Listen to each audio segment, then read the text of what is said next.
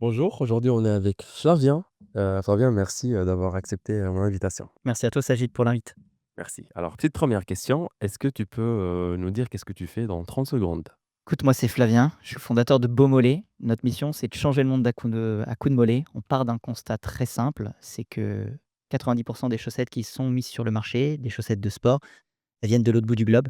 Et nous, on pense qu'aujourd'hui, en 2025, c'est juste une évidence que de fabriquer et proposer aux coureurs, aux sportifs de haut niveau, aux de moins haut niveau, des chaussettes qui sont adaptées à leur morphologie, adaptées à leur pratique, mais fabriquées ici en France. Et on est dealer de chaussettes depuis plus de 5 ans désormais.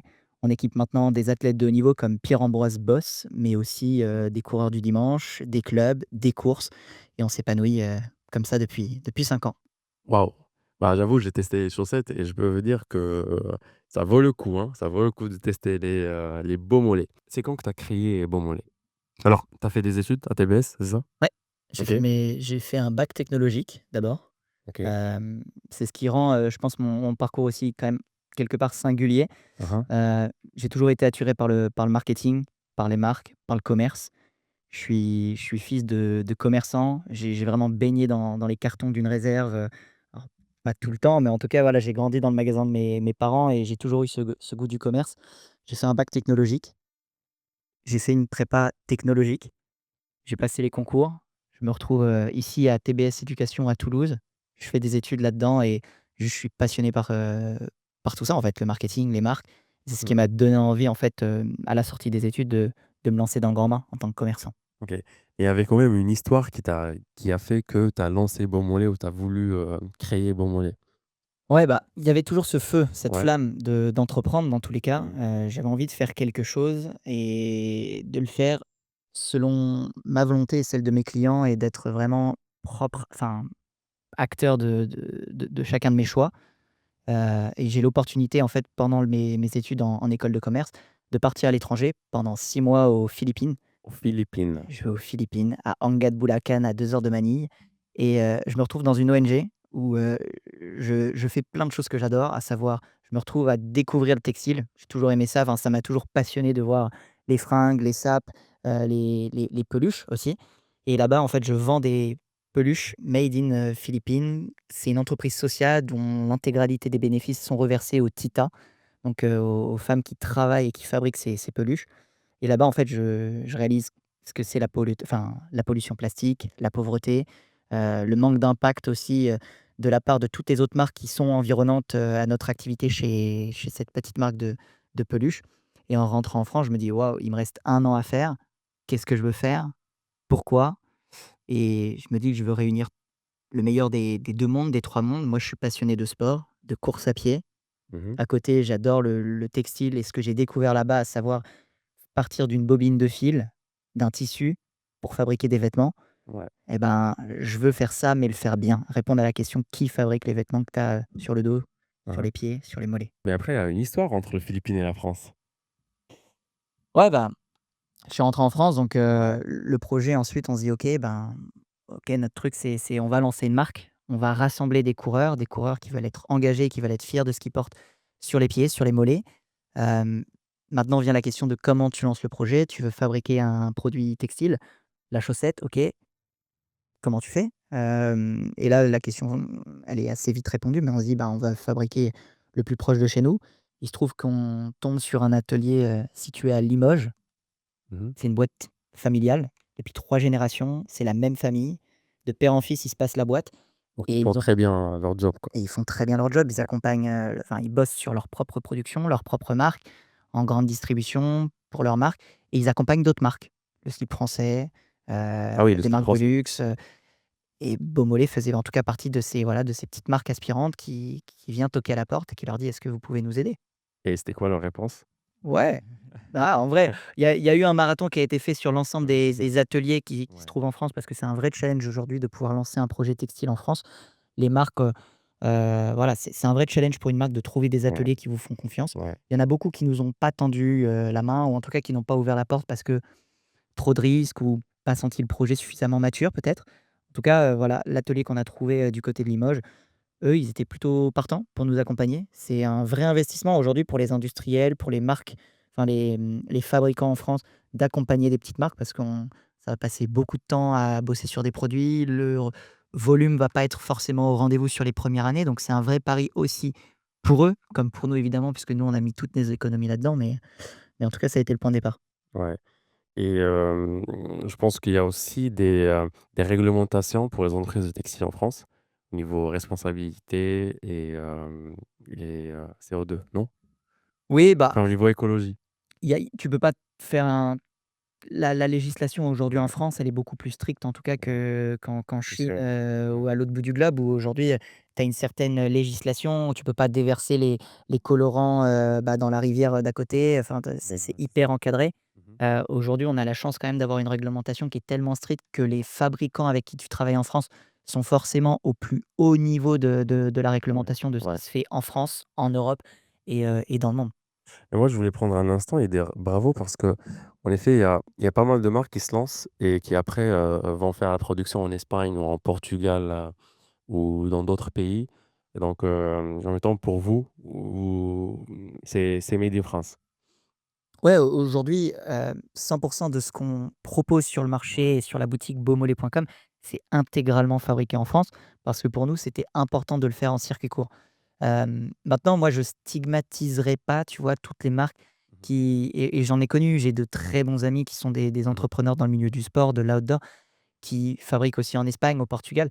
Je pense qu'il faut vraiment voir la matrice dans son ensemble. Mmh mh. Mmh. La question de qu'est-ce Ouais. que tu vas mettre sur le marché? Ouais. Où est-ce que tu le fabriques? Mmh. Et est-ce que le produit répond vraiment à un besoin? Est-ce qu'il va être durable aussi? Parce que fabriquer en France à partir de des matières, recyclées ou de paille ou tu vois, je sais pas, mais ce qui compte encore une fois à la fin, c'est la durabilité du produit que tu mets sur tes pieds, sur tes mollets, sur ton dos. Ça, c'est le Ouais. plus important parce que produire, c'est polluer. Que tu produises en France, Ou à l'étranger à ou l'étranger, loin ou ouais. très, très, très loin, aujourd'hui, ce qui compte, c'est combien de fois ton vêtement, tu vas être capable de le porter. Mmh. Et c'est nous, cette équation en tout cas qui est aussi la plus importante, c'est est-ce qu'on fait les meilleurs produits du marché? En tout cas, est-ce on on essaie de faire les produits ultimes? Est-ce qu'on y arrive? Est-ce qu'on est en face de ce cahier des charges-là qui est de faire les meilleurs produits pour les sportifs?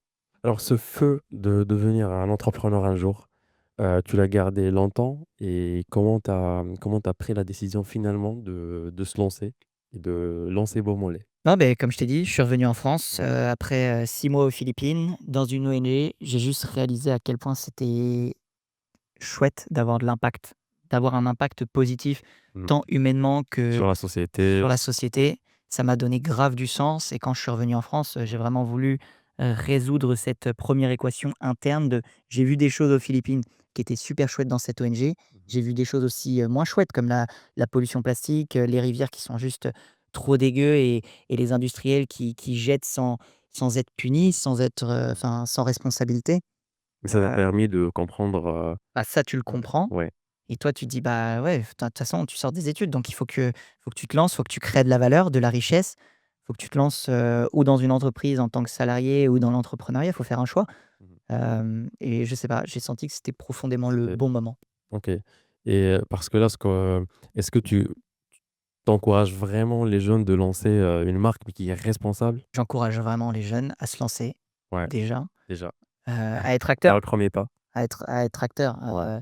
Mieux vaut une action imparfaite qu'une parfaite inaction. Mmh. Je pense qu'il faut réfléchir, c'est bien. Les écoles nous apprennent à théoriser beaucoup de choses, mais je Mmh. pense qu'il faut pas, se flageller.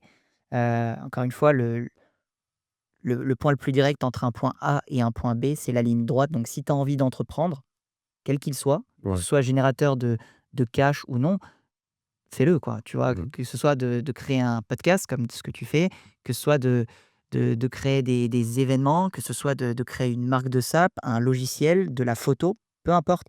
Je pense que la courbe d'apprentissage est juste ahurissante quand tu entreprends par toi-même et que tu es juste responsable. Parce que quand tu es salarié, tu peux toujours un peu te cacher derrière: «Ouais, mon manager, machin». Quand tu dis: «Je vais lancer un projet», que tu annonces le truc devant ta famille, tes copains, Ouais. devant le «public» entre guillemets, si tu communiques là-dessus sur les réseaux sociaux et c'est plutôt un bon point. Bah, en fait, si tu n'y arrives pas, tu peux dire ce que tu veux, ça dépend de toi. Et ça fait 5 ans que tu as créé Beaumolet. Mmh. Tu avais quel âge? 23, par là. 23 ans. c'est ça. Heu et je pense que l'entrepreneuriat t'a appris beaucoup de choses. Tu peux partager quelques leçons, avec nous? 3 leçons, par exemple, les top 3, les top 3. Écoute, je sais pas si j'en ai 3, Ah ben, mais 2 en ou tout cas, un hem, seul conseil, le 1er, c'est de se lancer le plus vite possible ouais. et d'aller parler à ses clients. Nous, c'est ce qu'on a fait et ça, je pense qu'on l'a quand même bien fait. Là, on a lancé Beaumolet, on n'avait pas beaucoup d'argent. J'ai lancé avec un ami d'école. On a Avec combien, par exemple? on a Capital de combien? on a mis 3 000 € de OK. capital social et par la suite, on a réinjecté chacun 1 000 €. Donc on avait un Ouais, capital de 5 000 €, mais 5 000. 3 000 € de capital social au tout début. Avec 3 000 €, notamment dans du produit, dans du textile, Ah bah, tu tu fais peux rien. pas f ouais, bah, c'est ça, tu fais rien. Tu peux pas produire, tu peux pas ouais, Tu peux pas tu peux enfin pas faire une exactement. économie d'échelle, tu peux pas ouais et donc comment tu as fait ce premier pas? Donc 0 à 1, Ouais. quand c'est un produit, Mmh. précommande.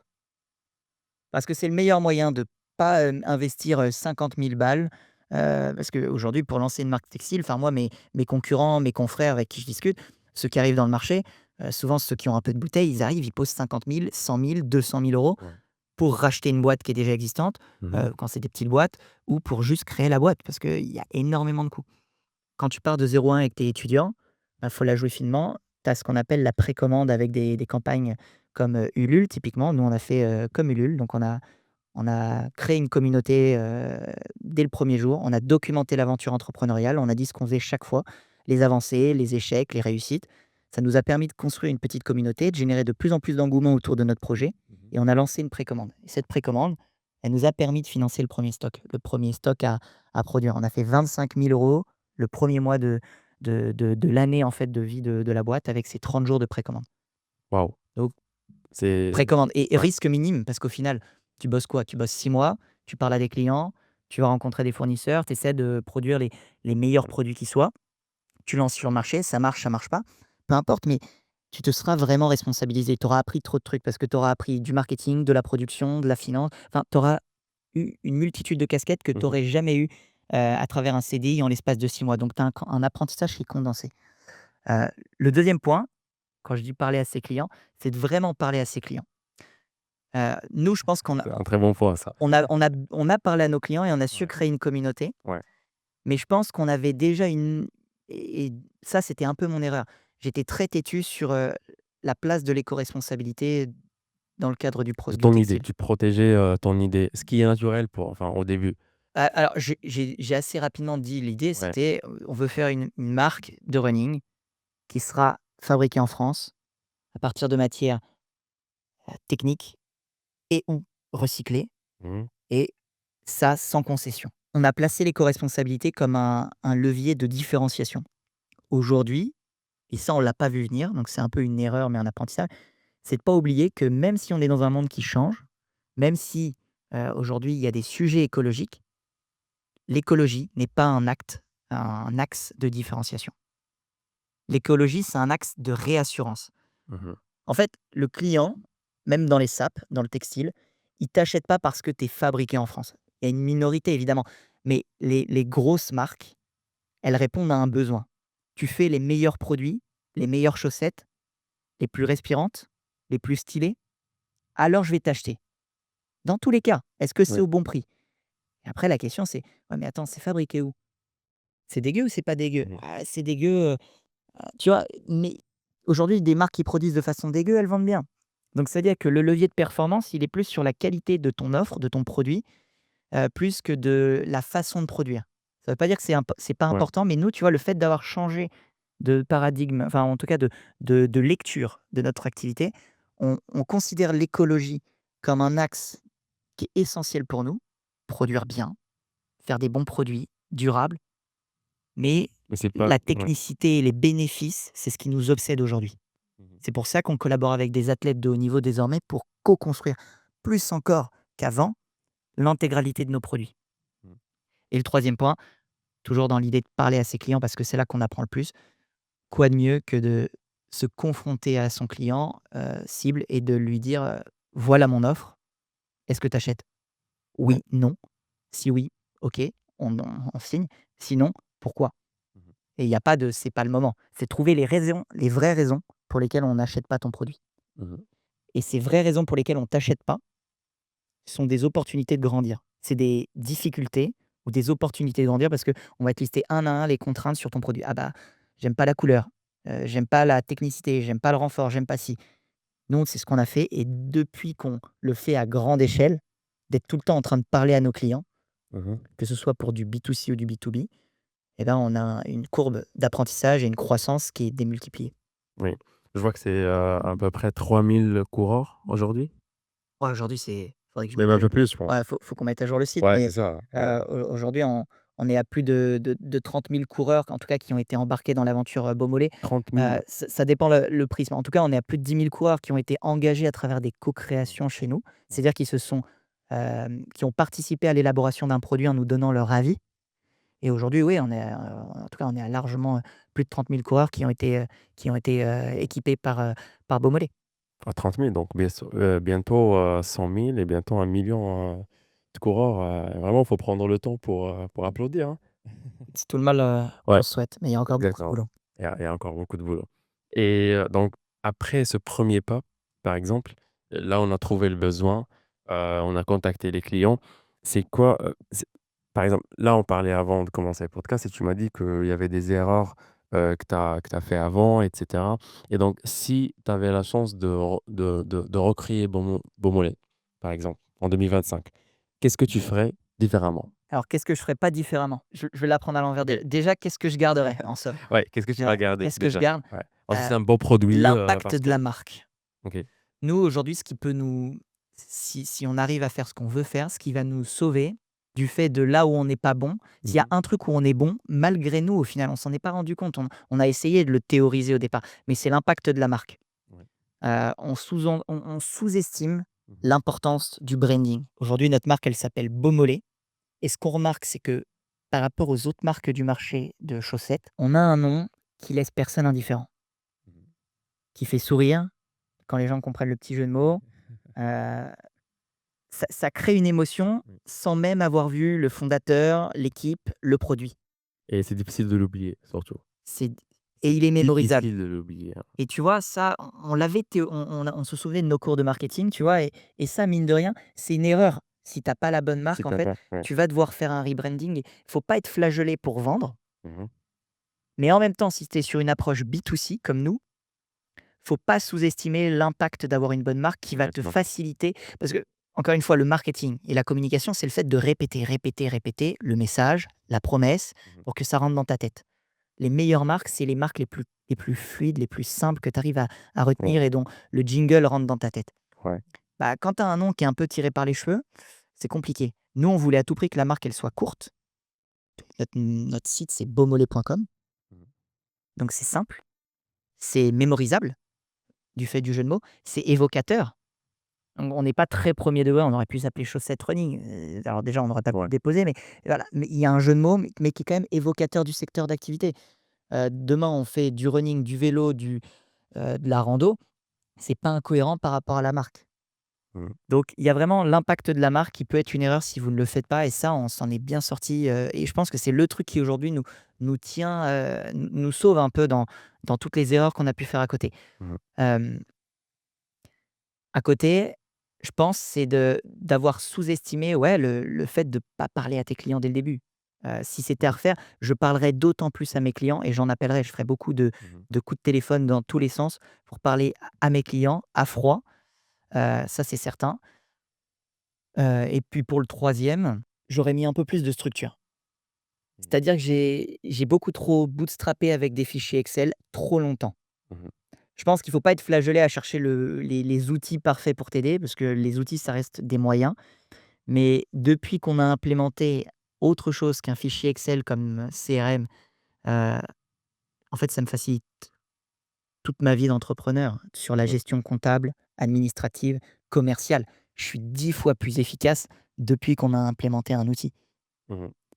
Donc j'irai assez vite dans cette structure commerciale. Commerciale, commerciale, commerciale, Ouais, toujours. ça, ouais. Orienter les clients.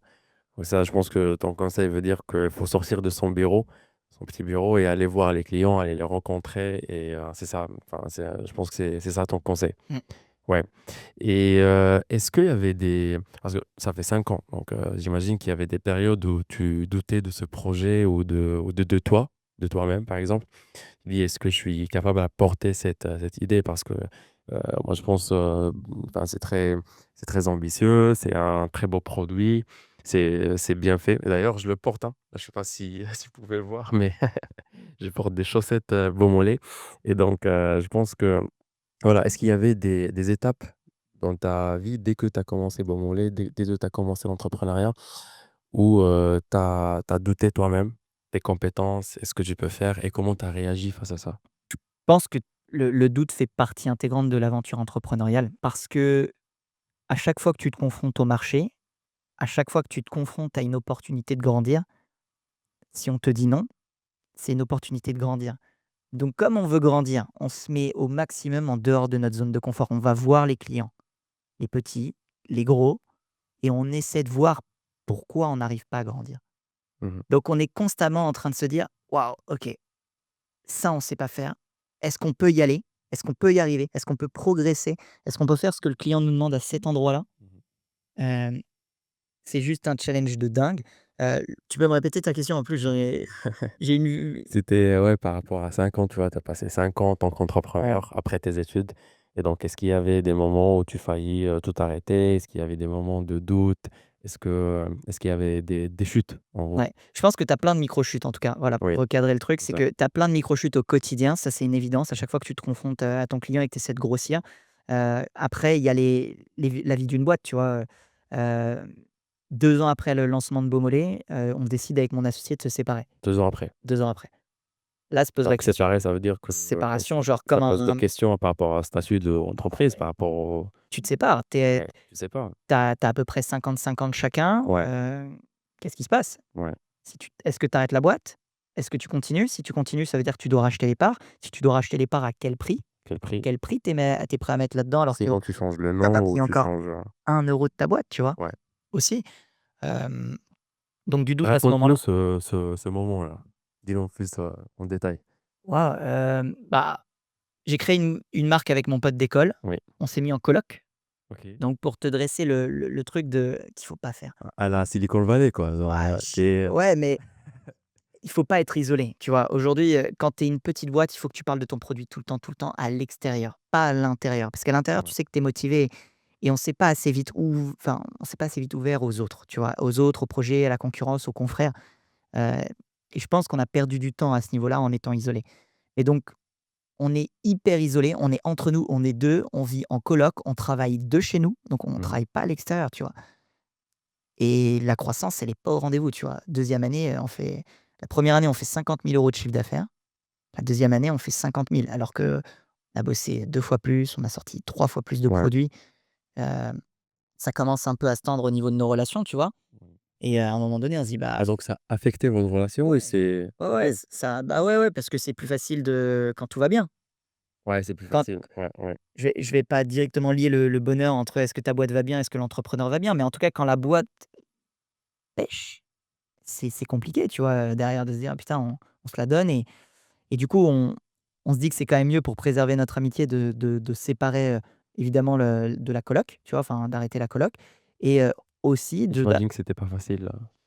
ouais, ben non, mais tu as une ambiance qui est un peu pesante, mais comme, Mmh. dans une boîte, tu pourrais l'avoir. C'est que tu sens que tu es plus en harmonie et à un moment donné, la question se pose d'arrêter, en tout cas de travailler ensemble. Ça, c'était le constat de départ. Heu, mon pote Nathan me dit: «Bah, moi, je veux me mettre sur la photo». Lui, il faisait plein de choses dans Beaumolet, notamment les photos et il s'est pris de passion sur la photographie. Il se dit: «Bah, moi, je veux faire de la photo». OK, je prends cette information, il sait que enfin, je sais qu'il veut plus travailler avec moi, il sait que je veux plus travailler avec lui. Bah, moi, je me pose la question et donc je liste les scénarios. Est-ce que j'arrête? Si j'arrête, je fais quoi? Si je continue, à quelles conditions? Donc il y a eu un jeu vraiment de discussion où à, 25-26 ans, on se retrouve devant un avocat Ah oui. pour lister, à quelles conditions parce qu'on se met d'accord que OK, je veux bien continuer, mais à quelles conditions? Et on écrit ensemble l'histoire, en fait, de la sortie de Nathan, de si Flavien continue, à quelles Ouais. conditions, Donc sachant que, bah, vous étiez pas capable de prendre la décision sans bah, tu es obligé de faire un sans contrat surtout ouais. et on n'avait pas fait de pacte d'associés au début donc moi j'étais majoritaire. J'avais 51%, il avait 49% et ça, on était assez clair qu'il fallait qu'il y ait quelqu'un qui soit là pour trancher. Nathan était très fine avec ça, mais maintenant on n'avait pas fait le pacte d'associés, donc on ne savait pas à quelles conditions lui il sortait, si je devais lui racheter, voilà. Et franchement, il a vraiment fait en sorte de rendre le projet à partir du moment où je lui dis: «Moi, écoute, je suis prêt à continuer, mais bah, pas à n'importe quelles conditions, voilà, telles les conditions».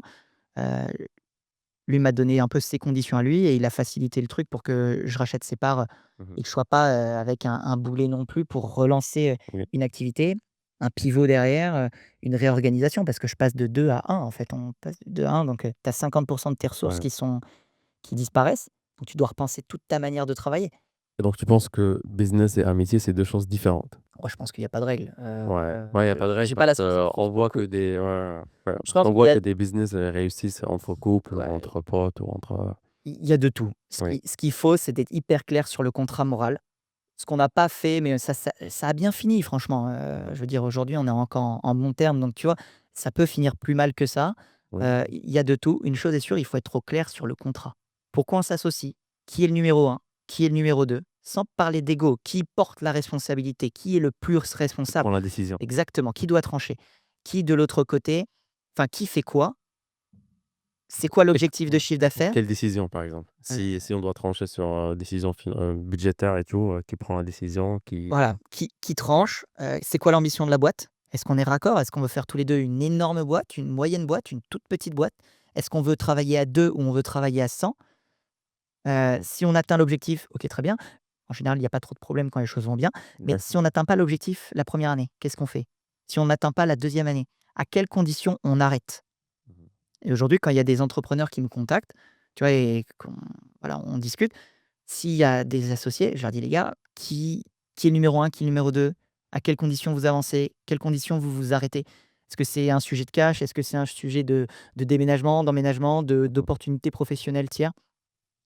Mais être hyper transparent, crever l'abcès. En tout cas, il faut pas que c'est le moment quand tu te lances où tu dois aborder tous ces sujets épineux. Mmh. Et aujourd'hui, en tout cas, c'est ce qu'on essaie de faire à chaque fois qu'on démarre une collaboration, même quand on démarre des collaborations business maintenant. Je Un contrat. le un contrat. Ouais. Aujourd'hui, en plus, tu as l'intelligence artificielle qui te permet aussi de quand même de te guider. Je pense qu'il faut pas se reposer que sur l'IA parce qu'il y a tout, ça dépend du prompt, ça dépend de, voilà, faut se méfier. Mais par contre, tu as une liste de questions, de choses auxquelles tu aurais pas forcément pensé. Tu as un assistant de luxe quand même qui te permet d'avoir un avis extérieur Oui. et je pense qu'il faut l'utiliser et aujourd'hui, systématiquement, contrat, contrat, contrat. À quelles conditions on rentre et surtout, on parle du divorce. Quelles conditions on s'arrête de bosser ensemble? Mmh. Et donc là, on est parti de 0 à 1. On a pensé à bien réfléchir, enfin, au contrat, qui est numéro un, qui est numéro 2, et cetera. Et comment porter la boîte à un niveau comme tu as fait? Enfin, première année, tu m'as dit, tu as fait, 50 000, deuxième année 50 000, même si tu as trop bossé. Mais là, il y a une croissance en troisième année, troisième, quatrième, cinquième année. Il y avait une croissance. Et donc comment, voilà, comment porter sa boîte de ce niveau à une croissance, plus haute? Aujourd'hui, c'est de Ouais. revenir à l'essentiel, le focus. Mmh. Tu parlais des erreurs aussi tout à l'heure. L'une des erreurs qu'on a faites, c'est qu'au début, on s'est lancé sur trop de produits. Ouais. T-shirt, short, chaussettes. Mmh. Depuis qu'on a recentré toute notre énergie parce que je pouvais pas être partout, hein, notamment à la séparation avec mon associé, j'ai mis tout le braquet Mmh. sur la chaussette. Ça s'appelle Beaumolet. On fait des chaussettes pour les sportifs qui se remuent les mollets, plutôt les coureurs aujourd'hui. On a un athlète de haut niveau avec qui on a co-construit une paire de chaussettes et on répète tout le temps ce message. Tout le temps, tout le temps, tout le temps. Mmh. Oh, je l'ai appris moi ce message. C'est bon, le pitch est validé. Et validé à 100. Donc aujourd'hui, en tout cas, l'étape 1, c'est vraiment d'avoir la bonne offre, le bon message et d'être vraiment très, très bon sur cette partie-là et de réussir à passer à l'échelle la partie commerciale. Comment tu fais du OK. business? Donc toi, tu penses que le branding, il fait la différence? Je pense que c'est un bon point de départ, ça Ouais. facilite la Oui, vie. oui. La mémorisation, le bouche à oreille, enfin aujourd'hui on a des taux d'ouverture, des taux de réponse. On a une marque qui est assez forte, on a une façon de parler à nos clients qui est propre. Heu, J'envoie directement certains emails directement dans la boîte mail de mes clients, on les sollicite pour de la co-création, on les tutoie, on va faire des petites blagues, avec des jeux de mots Ça v laids. Heu, une blague à nous, non mais ouais, on va mettre des mots de et on va mettre le mot mollet un peu partout dans ouais. le newsletter ou dans nos messages. Heu mais on va rester hyper responsable sur la façon aussi. C'est un mélange d'humour et en même temps de professionnalisme. C'est-à-dire que l'humour doit pas enlever le professionnalisme qu'on essaie d'avoir. On fait des produits qui sont destinés à limiter les ampoules, limiter les frottements pour les coureurs et faire en sorte qu'ils passent un bon moment quand ils sont dehors. Et ça, c'est l'essentiel. Quand on a mis le focus là-dessus, l'étape numéro 2, c'est de passer à l'échelle la partie commerciale et de Mmh. se dire: «OK, j'ai une bonne offre, j'ai un produit qui plaît, j'ai du referral, enfin du bouche à oreille. Comment j'amplifie tout ça?» Mmh. Bah, c'est à partir de ce moment-là qu'on s'est dit: «OK, le fichier Excel, c'est pas ouf. On va Ouais, prendre un CRM dans lequel on va prendre des logiciels pour, faciliter, la comptabilité et compagnie». Enfin, on va fluidifier au maximum les opérationnels du quotidien, enfin les opérations, pardon, mais on va mettre toute notre énergie à faire plus de commercial, à vendre plus, plus fort, mieux. Avant, on regardait pas la marge. Moi, j'ai longtemps piloté au chiffre d'affaires ou je sais pas si on peut dire vraiment que je pilotais parce que je pilotais pas grand chose ouais. les 2 3 premières années où franchement, trop nul. Je mettais pas assez la tête dans les chiffres parce que j'étais tellement obsédé par l'impact que j'en oubliais l'essence même qu'une boîte, elle doit faire du cash. Cash is king. Tu pas de cash, ta boîte s'arrête, donc c'est fini. Donc tu dois regarder au quotidien, bah, le cash qui rentre. Ouais. Quand même si tu le fais par passion, même si et aujourd'hui ça enlève pas le ce qu'on mais il y a eu un shift au niveau de ma mentalité qui est de dire: «Il faut que je sois plus rigoureux, comme en course à pied, sur, mes sorties, mon fractionné. Bah, il faut que je sois plus régulier, rigoureux dans mon suivi commercial». Et aujourd'hui, on a des sollicitations de la part de courses, iconiques. L'une des courses les plus rapides de France, les Foulées de Villeurbanne, le Grand Raid du Finistère, Odyssea, le plus grand rassemblement pour la lutte contre le cancer du sein. Waouh! Heu, on a des courses qui nous sollicitent pour, avoir des chaussettes ou en tout cas qu'on sollicite, ça dépend. Et bien là, on traite rigoureusement leurs demandes et en 24-48 heures, on leur propose un projet et on est, hyper proactif. Aujourd'hui, la réactivité fait partie de nos valeurs, fondatrices où c'est pas possible en interne qu'on puisse pas répondre rapidement à un client.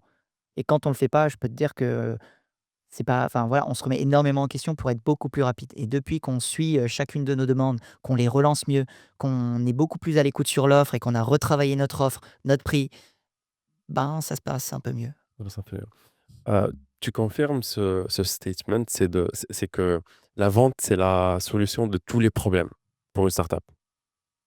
Parce que si tu vends bien, tu vas bien avancer. Donc il faut mettre un peu d'effort, plus sur la partie commerciale et 100. il faut vendre.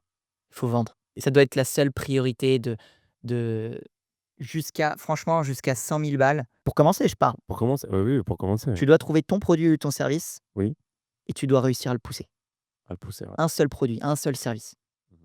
Pas 2, pas, heu, non, Pas une catégorie, non, pas oui. tu prends un truc. Mmh mh. Des bonnets, mmh, de la photo, peu importe. Le produit ou le service que tu as, tu prends un truc. Si tu l'as vendu à une personne, tu essaies de trouver une même personne qui ressemble à ton dernier client. Et tu essaies de voir la profondeur du marché, de est-ce que ça répond bien? Et ensuite, tu vas essayer de trouver et d'ajuster ton offre pour essayer de coller à une petite niche que tu vas pouvoir travailler en profondeur et sur lesquelles tu vas avoir des éléments de réassurance. On en parlait, un peu avant le podcast, mais le fait d'avoir des éléments de réassurance, en plus, facilite le business. Quand tu commences à avoir une Oui. expérience, que tu as des cas clients, que tu arrives à finir la phrase de ton client parce que tu connais tellement ton client et ses problèmes Mmh. que tu sais ce que tu peux vraiment lui apporter. Bah, aujourd'hui, nous, quand par exemple, aujourd'hui, donc on équipe les coureurs, mais on équipe aussi des courses ou des courses, enfin des clubs ou des courses. Quand une course nous contacte, on sait déjà que si elle nous contacte, c'est parce qu'elle sait qu'elle peut offrir des médailles. Elle le fait peut-être déjà. Elle sait qu'elle peut offrir des t-shirts. Elle le fait déjà, c'est la norme. Sauf qu'aujourd'hui, ben, on sait qu'en 2025, les t-shirts, il y a plus de 6 000 courses en France. Des t-shirts finishers, bon, ça fait plaisir une fois, 2 fois, 3 fois, mais pour des gens qui courent très régulièrement, des t-shirts, tu en as plein le placard, c'est au fin fond de l'armoire. Bah, on a compris ce truc-là de les coureurs, ils veulent recevoir autre chose. Heu et en l'occurrence, la chaussette, c'est le produit qui nous, est génial parce que c'est utile, vraiment. On n'en a jamais assez, il y en a toujours une qui se fait la malle. On est capable de faire une chaussette personnalisée pour ses courses et à un bon prix, parce Mmh. qu'il y a du volume. Bah, une fois qu'on a compris ce truc-là, on réplique. Ouais. Donc c'est trouver ce business model qui est réplicable, que tu L'offre, peux répliquer, ouais, c'est trouver cette offre. l'offre Ouais, et essayer de dupliquer l'offre. ouais. Mais c'est ni plus en tout cas, tout le monde peut, je pense, jusqu'à 500 000 euros. En vrai, on n'y est pas, Mmh mais mh. c'est que de la rigueur commerciale. En réalité, c'est avoir une offre, la délivrer et recommencer. Ouais et recommencer encore et c'était toi qui partais à la recherche des coureurs ou des clients? Tu faisais ça comment? Bah, au début, tu leur cours après, tu vas demander aux copains dans un premier temps. Alors Ouais. c'est pas les mieux parce qu'ils sont pas honnêtes, mais ça te permet de te mettre en confiance et de roder ton discours. Mmh. Puis dans un second temps, tu vas te confronter à la réalité, soit par le biais du digital, tu demandes sur les réseaux sociaux et tu vas te mettre sur, LinkedIn et tu Ouais, dis, c'est un bon réseau pour utiliser, Ouais, ouais. nous LinkedIn, ça nous a grave aidé Oui, oui. et ou aller dans un parc. Bah, typiquement les quoi, ils courent, sur les quais, Mmh dans un mh. parc, tu les arrêtes. Ouais, Au pire, tu risques quoi? Un non, tu te fais rejeter. ouais Oh, et tu as été déjà rejeté, ah, constamment. Au même titre que quand constamment? on appelle des bah, ouais, mais au même titre que quand tu appelles des courses et que tu leur proposes, de travailler avec toi. Ouais. En tout cas, dès lors que tu sollicites quelqu'un qui n'a pas sollicité ton aide ou de Et discuter avec toi, mmh. tu t'exposes à ce que la personne, elle ait pas le temps ou Non, c'est la première réponse normalement. c'est celle par C'est défaut. ouais, c'est par Après défaut, ouais. tu aiguises, Après ouais tes armes pour, et ouais et comment tu prends ce rejet ou ce non, ce petit non? bah, je regarde pas le non, je regarde tous les oui, surtout que j'ai de l'autre côté. Ouais. Donc, c'est ces oui qui m'amènent au progrès. Donc, en fait, encore une fois, tu sais que par défaut, le non, c'est la ré enfin, que le non est la réponse par défaut. Mmh mh. Donc, en fait, tu as rien d'autre à espérer que d'avoir un oui, qui te change peut-être la vie, qui te permet d'avoir une rencontre. Exactement, ouais. Est-ce que tu as par rapport à toutes ces étapes, est-ce que, par exemple, on peut rêver quand on est jeune, on peut rêver de créer, une licorne et voilà, est-ce qu'on a le droit d'avoir ce rêve? Je pense qu'on a le droit de rêver, Ouais. évidemment. Je pense que le plus important, c'est pas est-ce que tu vas le faire, Mmh mh. c'est déjà est-ce que tu y crois, est-ce que tu crois en toi? Franchement, tu y arrives pas, ça, c'est la suite de l'histoire si tu veux. Mais l'état d'esprit que tu as de croire en toi, il est essentiel parce que personne croira autant en toi que toi-même. De toi-même. Oui. Donc dès lors, Mmh tu mh. sais que tu vas aspirer à de plus grandes choses si tu crois fort en toi. Mmh mh. Si tu penses que tu mérites évidemment que tu mérites rien et que tes clients en ont rien à faire de ton produit ou de ton service, ils iront consommer ailleurs. Mais si tu crois que tu mérites mieux, tu vas te confronter au marché, tu vas faire des choses beaucoup plus extraordinaires que si tu attends, de façon purement passive que les choses, Ouais, viennent à toi. ouais. Tu programmes un Tour de France? Ouais.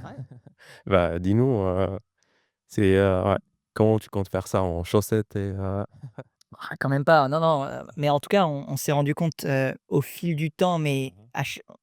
on a toujours eu cette conviction, mais plus on a été proche du terrain, plus on s'est dit: «Mais c'est de là que viennent les réponses». Plus vous vendez? Plus on vend et plus on est sur le terrain, Ouais, plus on sait ce qu'on doit faire.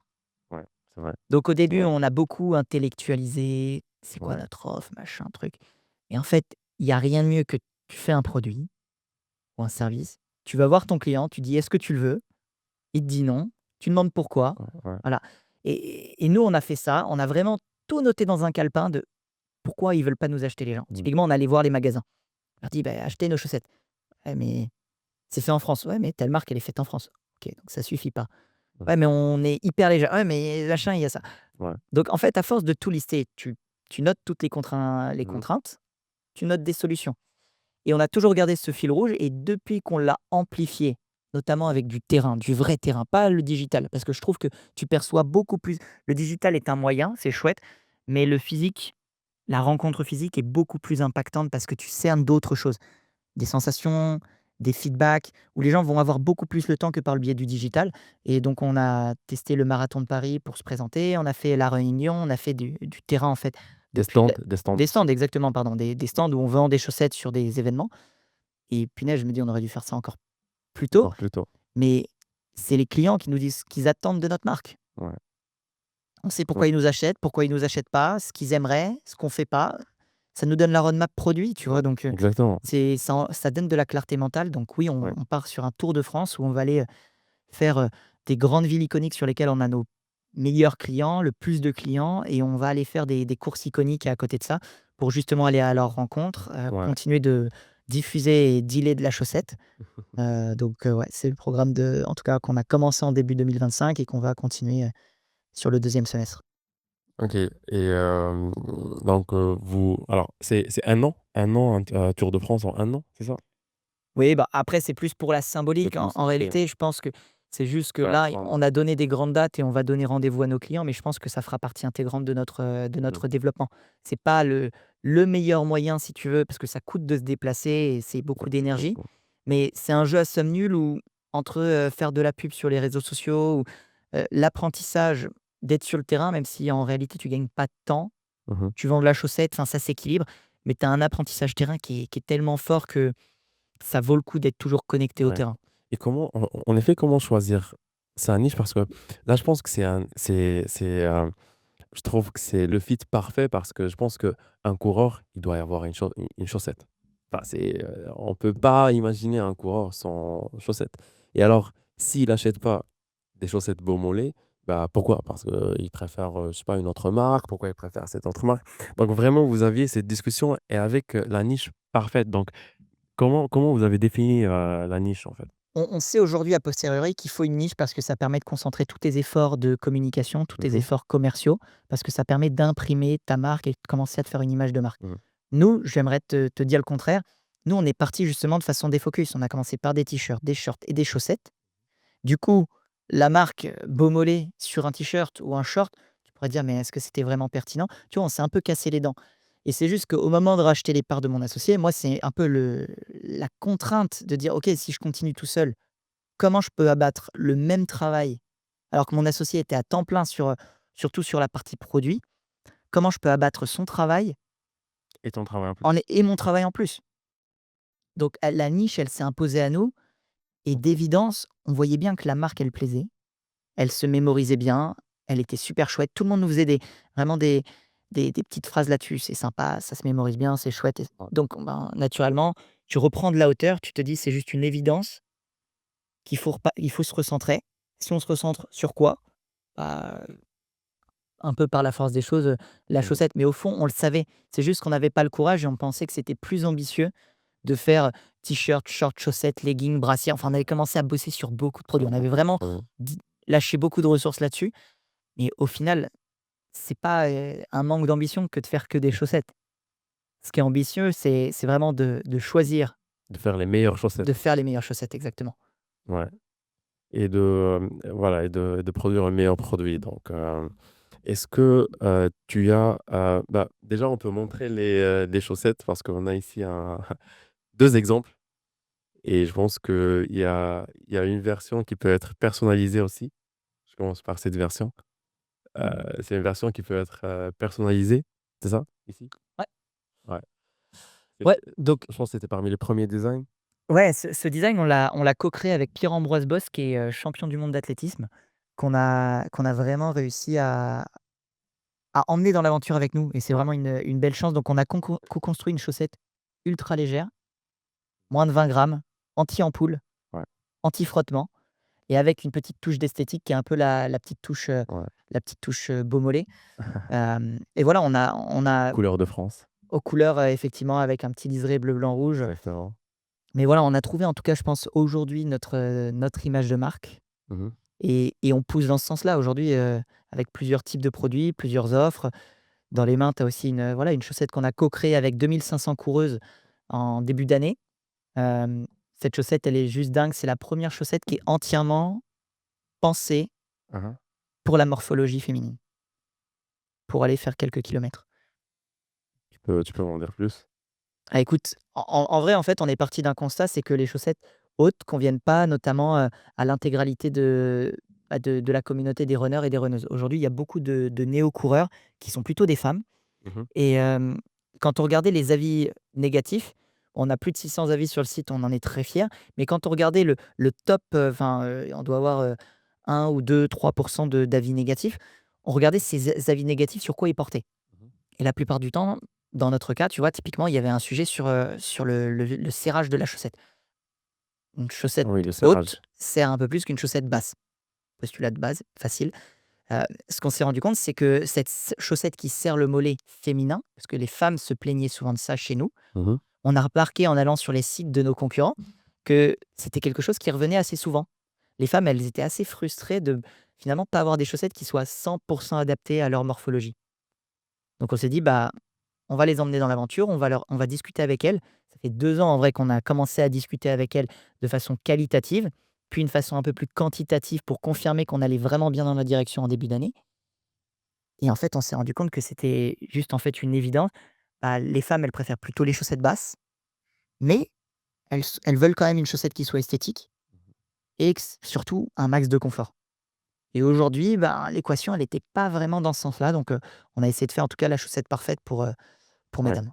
Moi, je sais la chaussette parfaite, mais quand tu dis ça, ça paraît que c'est, simple, mais je pense qu'il y avait un grand effort à faire au niveau production, où c'était un peu facile Ah, c'est à gérer? non, c'est jamais facile parce qu'en fait, Ouais. c'est surtout que, c'est pas une science exacte. Donc, Mmh. c'est du tricotage, c'est du choix de fil, c'est, une approche aussi, esthétique et le package de choisir la bonne came, enfin les bons fils, les bonnes matières, La bonne couleur. la alors ouais, sur l'aspect esthétique, même si on l'a mis dans un second temps. Mmh. En tout cas, cerner le bon problème. Cerner le bon problème, c'est le truc le plus difficile en vrai pour un entrepreneur. Mmh. Et c'est Nous, pour ça qu'on a besoin des clients. on a besoin des clients et tu en parlais tout à l'heure sur le focus, beh, si tu pas focus, comment tu peux faire quelque chose de mieux que tes concurrents? Si tu es sur 15 projets sans avoir 15 enfin autant de ressources que tes concurrents qui sont déjà installés ou aussi gros. Donc nous, on a un acronyme qu'on aime bien garder en interne, Mmh. c'est l'acronyme DUR. Un bon problème, c'est un problème qui est dur. Qui est de D pour douloureux, urgent, reconnu. Douloureux. À quel point pour ton client, c'est douloureux de ne pas avoir ton produit ou ton service? Genre, aujourd'hui, par exemple, tu proposes, d'aider des gens à faire de la prospection. Bah, à quel point pour, ton client, c'est important, la prospection? À quel point c'est douloureux s'il ne pros enfin, s'il a pas de nouveaux leads? Ah, s'il a pas de nouveaux leads, en fait, c'est douloureux parce que s'il a pas d'argent, c'est fini. Donc c'est douloureux. C'est vraiment dur. Urgent, bah, en fait, s'il a pas d'argent à la fin du mois, il peut pas payer ses salariés, il peut pas se payer, c'est fini. Et reconnu, il a conscience qu'il a besoin de faire rentrer du cash. Donc quelqu'un qui va donner une prestation de service pour aider à vendre, répond à un besoin qui est dur. À nous, chez les coureurs, tu l'as dit, 100 des coureurs, en vrai, ouais, 99,8 des coureurs courent avec une paire de chaussettes. Ouais. En fait, courir avec une paire de chaussettes, la chaussette, c'est un besoin qui est dur. Maintenant, c'est comment dans ce besoin dur de la chaussette à sa place sur le marché du running, comment toi tu arrives à aller sur des sous-segments pour te faire une place qui soit légitime. Donc c'est pour ça qu'il y a une approche esthétique dans ce qu'on fait, par rapport à l'image de marque, mais il y a avant tout un sujet sur la technicité. Mmh. Parce que l'esthétique, tu pourras toujours le copier. La technicité, c'est plus compliqué, ça prend plus de Mmh. temps, c'est plus de boulot. Ouais. Et je comprends que c'était pas ton domaine, tu as pas fait des études dans le textile Non. ou ouais. Et donc comment tu gères cette partie? Est-ce que tu apprends, tu fais des cours? Comment tu gères cette partie? Déjà en étant autodidacte Mmh. et en étant soi-même, je pense, son premier client. Quand tu es passionné par ton secteur d'activité, en fait, tu vas apprendre 10 fois plus vite que ton concurrent qui est pas passionné. Parce qu'en fait, moi, je porte des fringues de running, tout le temps. Enfin, je cours régulièrement, donc je sais ce qu'est une bonne marque d'une moins bonne marque. Je sais ce qu'est une belle marque d'une moins belle marque. Donc j'avais déjà un esprit critique de cette partie-là. Et on a eu la chance au début de Beaumolet de croiser la route, notamment par le biais de l'expérience que j'ai eue, dans une ONG, d'une fille qui m'a mis en relation avec sa meilleure amie. Sa meilleure amie, elle est styliste et elle bosse dans des grandes marques, de luxe, enfin voilà, et elle veut se mettre à son compte pour donner plus de sens à sa vie. Elle bosse chez Kenzo, chez d'autres marques Mmh. et là, elle veut se lancer, en indé, en freelance Mmh. et elle a pas de projet. Donc on s'est un peu tapé dans la main de: «Bah, écoute, tu» elle nous a pas fait payer la première re production qu'on a faite, Beaumolet, et elle nous a accompagnés en illimité. Mmh. Et en fait, ben, on a appris à ses côtés, heu, les bonnes pratiques d'un point de vue esthétique, les bonnes pratiques d'un point de vue, textile, les bonnes pratiques d'un point de vue fournisseur. Comment parler à un fournisseur? Comment faire, une fiche technique typiquement? Donc nous, on est arrivé avec nos cas d'usage, nos besoins de coureur. On a dit: «Bah, nous, on veut que notre chaussette parfaite, elle est ça, ça, ça, ça, ça». On a fait un cahier des charges Mmh. et Louise, elle, tout simplement, ce qu'elle a fait, c'est qu'elle a fait une fiche technique et par le temps, ensuite, on s'est formé nous, à ça. Mais donc cette fiche technique, c'est ni plus ni moins un peu ta recette de cuisine, sauf qu'au lieu de la donner à un grand chef, tu la donnes à un atelier qui va retranscrire cette fiche technique en programme informatique pour paramétrer les machines qui vont donner lieu à ces chaussettes. Ouais. Et donc ça, tu le connaissais pas avant? Ah bah non. C'est ouais. Et et donc toujours aujourd'hui, c'est possible qu'on crée une entreprise, dans un secteur, qu'on maîtrise pas. enfin qu'on maîtrise pas, mais qu'on va apprendre, qu'on a les bonnes connexions et qu'on va apprendre, dans ce secteur, Aujourd'hui, je pense que rien n'est impossible et qu'on a la possibilité d'apprendre à travers les réseaux sociaux aussi plein de choses, mais encore une fois, tu as un avantage comparatif quand tu es dans le milieu. Mmh mh. Donc, à minima, si tu es jeune et que tu connais pas encore ton milieu, la passion ne doit pas aveugler évidemment le sens du business, mais la passion est un bon moyen parce que tu es tellement passionné par ce que tu vas faire que tu vas pas prendre ça comme une contrainte de travailler. C'est pas du travail en réalité, c'est un terrain de jeu.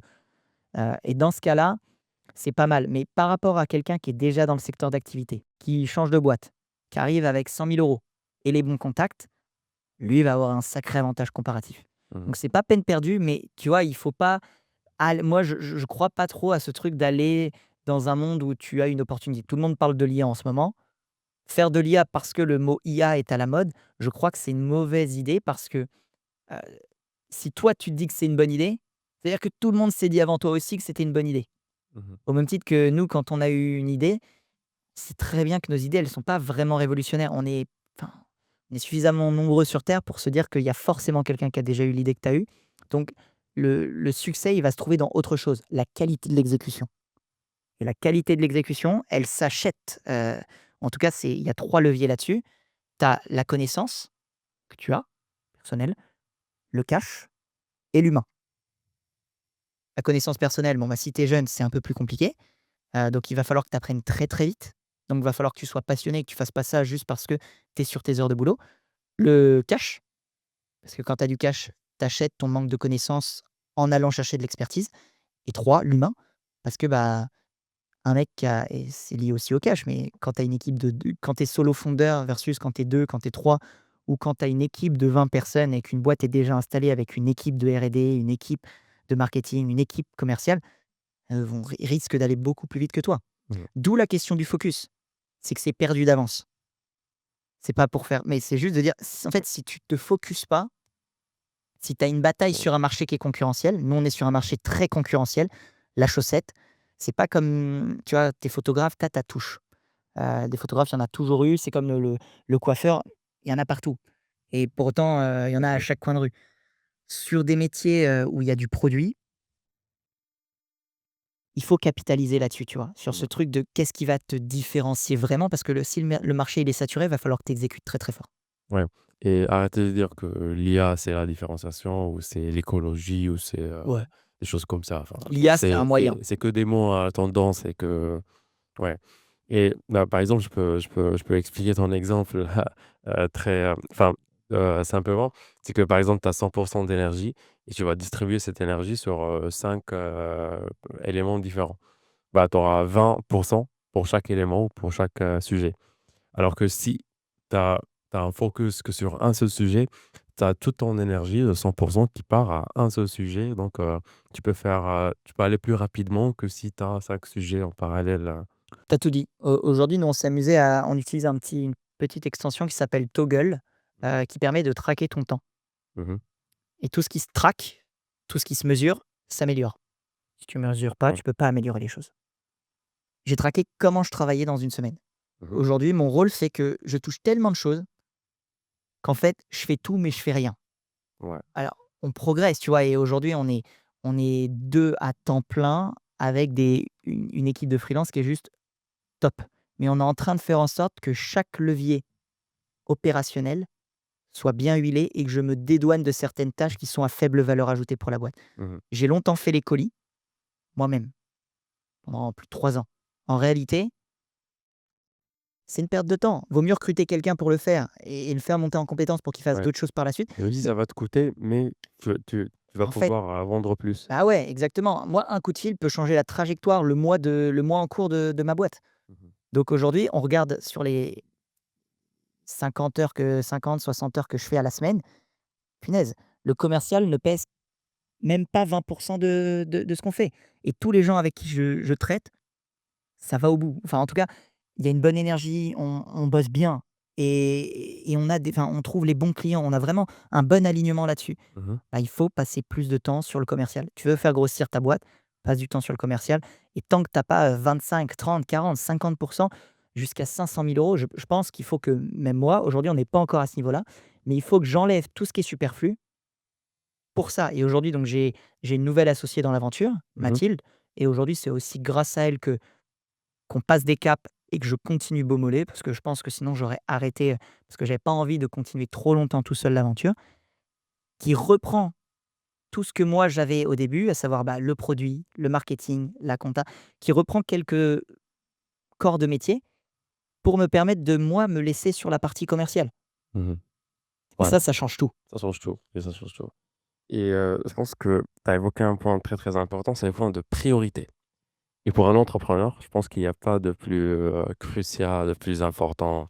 Parce qu'en fait, après 2 3 ans, tu commences à accepter plusieurs opportunités qui peuvent ne pas apporter, une valeur ajoutée pour toi et surtout que tu commences après après 2 3 ans, tu commences à aller dans des events, à faire des conférences, à faire des choses comme ça et cetera et du coup, ça t'éloigne, en fait, de ton objectif. Donc je pense que j'avais entendu, c'était dans un podcast et ce qu'ils ont dit, c'est que, pour un entrepreneur, bah, si par exemple, dans chaque jour, il met, ses priorités, par exemple, un lundi matin, je me lève, je me fais mes priorités pour aujourd'hui, c'est 1 2 3 4 5 6.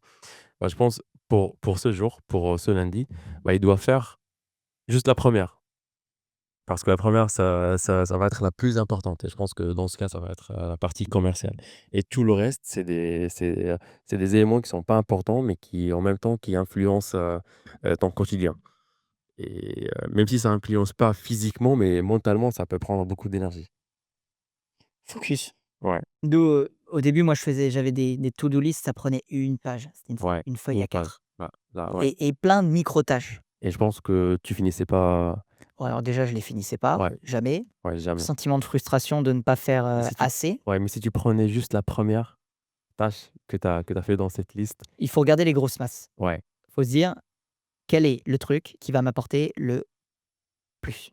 Typiquement, généralement, c'est le truc que tu écris en premier. généralement, c'est le truc que tu écris en premier. Ouais. Mais voilà, les grosses masses. Tu as un produit ou un service, tu dois le vendre et délivrer ce que tu as vendu. Ça, c'est le plus important. Donc j'ai fait, des tonnes et des tonnes et j'en garde un peu, tu vois? Mais j'ai fait des tonnes de posts sur Instagram, des tonnes de posts sur LinkedIn et aujourd'hui, on n'a jamais aussi peu communiqué depuis 2 ans.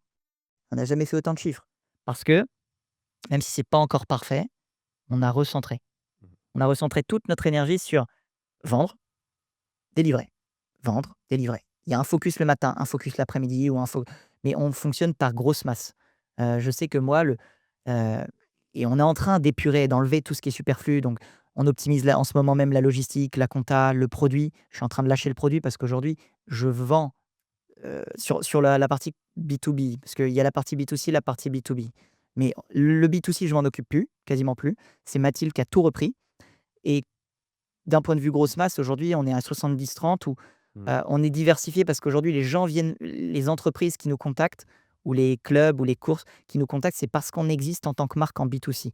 Donc on lâche pas tout pour le moment, mais c'est 70-30, tu vois? C'est 70 sur le B2B. Bah, sur le 70 B2B, je vends et ce que j'ai vendu, je m'assure de faire avec mon graphiste, tous les allers-retours nécessaires avec mon client jusqu'à ce qu'on obtienne le BAT, le produit final. Ça prend déjà du temps. Puis ensuite, j'assure avec, l'atelier Mmh. qu'on soit, dans les temps, avec la bonne quantité, la bonne Je pense facturation et nickel. compagnie. Ouais. Ah ça, c'était pas possible. Bah, donc petit à petit, on s'est dit: «Comment dans une journée, moi, je peux faire le plus de trucs qui ramènent du chiffre?» Ça, c'est une fonction primaire. Sur les fonctions support, est-ce qu'on peut recruter? Est-ce qu'on peut déléguer? Et là, on est à fond dans ce truc de déléguer, déléguer, déléguer. Heu, la première étape pour moi, c'était de déléguer à Mathilde, mon associée, qui aujourd'hui apprend tout ce que je sais sur Beaumolet. Elle est en train de le prendre avec brio et d'apporter en plus de l'ordre là-dessus. Mais elle récupère la partie, alors marketing, ça y est, elle est, Mmh mh. c'est une ninja. Mais, sur la partie produit, tu vois, c'est le focus de ces dernières semaines, tu vois? Elle récupère tout le produit pour que moi, je m'occupe du commercial. Elle s'occupe en priorité désormais du produit et ensuite elle fera du marketing. Parce que là, on se dit que plus il y aura du commercial, plus on va pouvoir aussi recruter du monde, tu vois, derrière pour faire du Exactement. marketing et le marketing reste au final pour nous une Il y fonction aurait support des ninjas. et il y aura des ninjas. Ouais et est-ce qu'un jour on peut voir, Beaumolet, sur Intersport et des, Des magasins comme ça, Ah, des aujourd'hui grands magasins, ouais. aujourd'hui on a fait le choix de travailler avec peu de magasins. Mmh. On est avec une dizaine de magasins spécialisés, partout en France. Donc ça va aussi bien, de la Bretagne à Lyon, Ouais, ou du à nord des au sud. ouais, exactement, en Normandie ou dans des endroits un peu plus reculés. Aujourd'hui, ça marche, c'est chouette, tu vois? Ça nous a permis de comprendre comment passer un cap aussi avec ces magasins, comprendre C'est comment c'est une autre façon de faire du commerce quand même. On reste sur du commerce, une offre, mais il y a des coutumes et aujourd'hui, on était à 2, on n'est pas staffé pour faire ce qu'on fait. Donc on répond surtout à la demande qu'on a de la part des entreprises, où on va chercher les entreprises pour faire des créations de chaussettes avec elles. On a la vente sur notre site internet et oui, on est en train de regarder comment désormais on peut passer un cap auprès des magasins parce mmh, qu'on sait qu'on a une offre qui est désormais prête, mais il faut y aller par prête, étapes. ouais. Et est-ce qu'il y a un alors là, toute l'audience, c'est des étudiants, c'est des jeunes, donc soit de TBS ou d'autres écoles de commerce ou partout dans le monde, mais qui nous écoutent. Donc est-ce qu'il y a un message, que tu voudrais transmettre aux je voulais pas mettre la pression, hein. Mais oui, est-ce qu'il y a un message, enfin, je comprends que tu as déjà tout dit sur les compétences qu'il faut, les étapes et tout ça. On va essayer de le résumer aussi, mais est-ce que tu as un dernier message à transmettre, Écoute, c'est là qu'il faut regarder, Ouais, c'est là, je pense. c'est C'est ça? là, ouais. Fait mieux que pas fait. En vrai, si vous avez un projet, quel qu'il soit, lancez-vous. Même de façon imparfaite, vous aurez tellement de feedback que vous allez apprendre sur vous. Lancez-vous, osez en parler et puis, vous verrez. Ouais, et juste pour conclure avant, je pense qu'on a, une petite surprise pour, notre audience. Je te laisse, expliquer ou vas-y, je te laisse, explique-moi. Non, mais en tout cas, si vous souhaitez, équiper vos mollets, je te Souhaite l'ai bien, dit, ouais. vous êtes les bienvenus. En tout cas, on vous met un petit code de réduction. On a dit que c'était MIT 15? MIT 15, MIT 15 MEET 15. et vous pourrez équiper vos mollets, que ce soit pour vous ou pour faire un cadeau. En tout cas, vous aurez une jolie paire, avec un code de réduction de 15. De 15, livraison partout en France, Ouais, et vous aurez les liens en description avec le code écrit, et tout ça. Donc ouais, moi je regarde cette caméra. Donc voilà, merci beaucoup. Alors Flavien, j'aimerais bien continuer la discussion à 3 heures, 5 heures avec toi, mais je pense qu'on a on a une séance de fractionné, non? donc on a fait une bonne discussion quand même, et donc je te remercie beaucoup, et j'essaie de regarder la caméra et dire, merci beaucoup, et à la prochaine. À toutes. Salut! Salut.